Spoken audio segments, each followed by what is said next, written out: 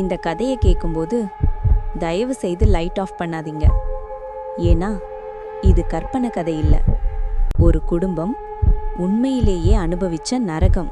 1970களில் நடந்த ஒரு சம்பவம் இது.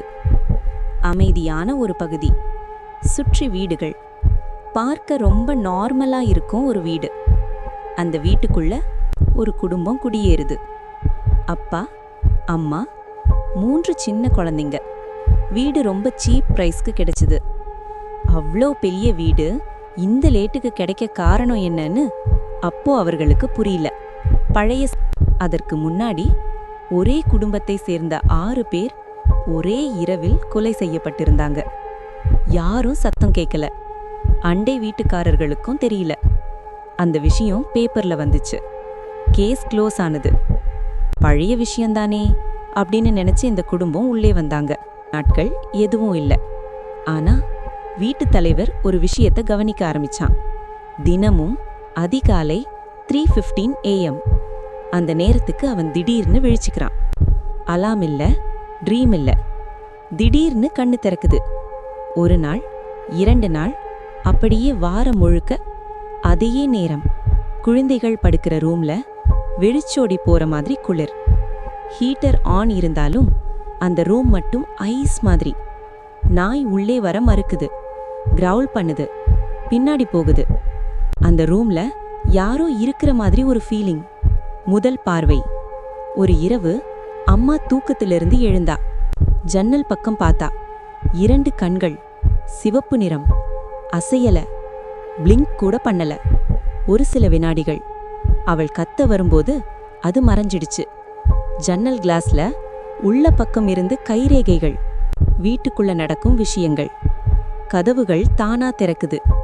மேல் மாடியில யாரோ நடக்கிற சத்தம். பேஸ்மெண்ட்ல இருந்து மந்திரம் மாதிரி மெதுவான சத்தம். சுவர்கள்ல கருப்பு நிற ஒழுகல். இரத்தம் மாதிரி, ஆனா இரத்தம் இல்லை. மனிதன் மாற ஆரம்பிக்கிறான். வீட்டு தலைவர் முன்னாடி காமா இருந்தவன் இப்போ கோபம், அழுத்தம், திடீர் வெறுப்பு.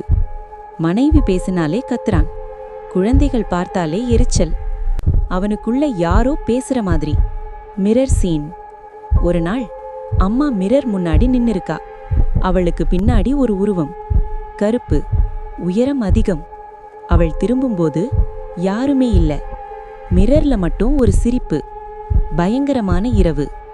ஒரு இரவு குழந்தைகள் கத்துற சத்தம். மேல் மாடிக்கு ஓடிப்போனா பெட் முழுக்க ரத்தம். ஆனா குழந்தைகளுக்கு ஒரு காயம் கூட இல்ல. அம்மா மயக்கம். பாதிரியார் வருகை. ஒரு பிரீஸ்ட கூப்பிடுறாங்க. அவர் வீட்டுக்குள்ள வந்த உடனே நின்னுட்டார். இந்த வீட்ல நான் இருக்க முடியாதுன்னு சொன்னார். ஹோலி வாட்டர் தெளிச்ச உடனே அவருடைய கையில் புண்கள். அவர் ஓடிட்டார். 28வது நாள். அந்த இரவு வீடு முழுக்க விசித்திரமான வாசனை. சுவர்கள் துடிக்குது. குழந்தைகள் அழறாங்க. வீட்டு தலைவர் ஒரே ஒரு வார்த்தை சொன்னார், இந்த வீடு நம்மள உயிரோட விடாது. ஒரு பொருள் கூட எடுத்துக்காம அந்த குடும்பம் அந்த வீட்டை விட்டே ஓடி போனாங்க. அதன் பிறகு அந்த வீட்ல பலர் வந்தாங்க. யாருமே நீண்ட நாள் தங்கல. சிலர் சொல்றாங்க ஃபேக். ஆனா அந்த வீட்டுக்குள்ள இன்னைக்கும் யாரோ இருக்காங்கன்னு அந்த ஏரியால மக்கள் நம்புறாங்க. Ending hook. இந்த கதை ஒடிஞ்சதா? இல்ல. ஏன்னா அந்த வீட்ல நடந்த அசல் கொலை சம்பவம் அது மட்டும்தான் மிகப்பெரிய மர்மம். அதற்கான உண்மை அடுத்த கதையில. இந்த உலகத்துல இன்னும் நிறைய வீடுகள் இருக்கு. உள்ளே நுழையும் போது நம்மளை ஏற்றுக்கொள்ளாத வீடுகள்.